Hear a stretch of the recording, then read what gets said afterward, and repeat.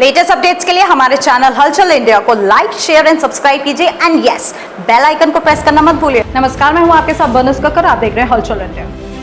देश में corona virus की दूसरी लहर की वजह से तबाही मची है। इसके बीच तीसरी लहर की भविष्यवाणी से लोगों में डर और बढ़ गया है। तीसरी लहर को लेकर तरह तरह की बातें सामने आ रही हैं। तीसरी लहर की डर की वजह से अब सवाल पूछे जाने लगे हैं कि आखिर बच्चों को कब वैक्सीन लगाई जाएगी। देश के विभिन्न राज्यों में स्कूल खुलने लगे हैं। ऐसे में पेरेंट्स का चिंतित होना स्वाभाविक है कि आखिर कब उनके बच्चों को वैक्सीन लगाई जाएगी। इस सवाल का जवाब भारतीय आयुर्विज्ञान अनुसंधान परिषद यानी आईसीएमआर के महानिदेशक डॉक्टर बलराम भार्गव ने दिया। डॉक्टर भार्गव ने शुक्रवार को कहा कि गर्भवती महिलाओं को कोविड-19 का वैक्सीन लगाया जा सकता है, लेकिन बच्चों को यह वैक्सीन लगाने के विषय पर फैसला करने के लिए और अधिक आंकड़ों की जरूरत होगी। उन्होंने संवाददाता सम्मेलन के दौरान कहा, स्वास्थ्य मंत्रालय ने यह दिशा निर्देश दिया है कि वे कोरोना वैक्सीन गर्भवती महिलाओं को लगा सकते हैं। हमने अपने आईसीएमआर प्रेक कोविड रजिस्ट्री से यह भी प्रदर्शित किया है कि वैक्सीनेशन गर्भवती महिलाओं के लिए उपयोगी है और यह दिया जाना चाहिए। आईसीएमआर प्रमुख से बच्चों और महिलाओं के वैक्सीनेशन पर एक सवाल किया गया था।